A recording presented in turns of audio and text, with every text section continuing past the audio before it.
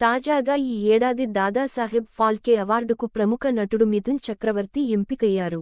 October 8న జరగనున్న 70వ జాతీయ చలనచిత్ర అవార్డుల వేడుకలో ఈ పురస్కారాన్ని అందుకుంటారు. దీనికి సంబంధించి మంత్రి అశ్విని వైష్ణవ్ ఎక్స్ వేదికగా ఈ వార్తను పంచుకున్నారు. మిథున్ అద్భుతమైన సినిమా ప్రయాణం తరతరాలకు స్ఫూర్తినిస్తుంది. భారతీయ సినిమాకు ఆయన చేసిన సేవలకు గుర్తింపుగా దాదాసాహెబ్ ఫాల్కేకి ఆయన్ని జ్యూరీ ఎంపిక చేసింది. ఆయన్ని ప్రకటించడం మాకెంతో గౌరవంగా ఉంది అని అన్నారు.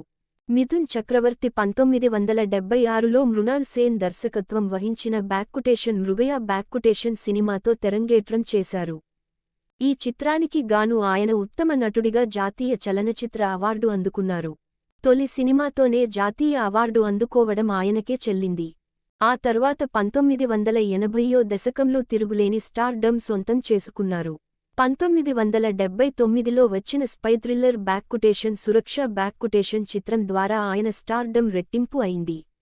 ఆ తర్వాత డిస్కో డాన్సర్ డ్యాన్స్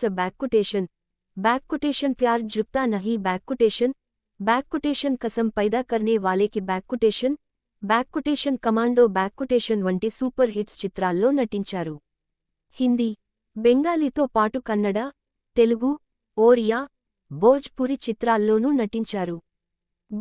గోపాల సినిమాతో తెలుగు ప్రేక్షకులకు సుపరిచితమయ్యారు.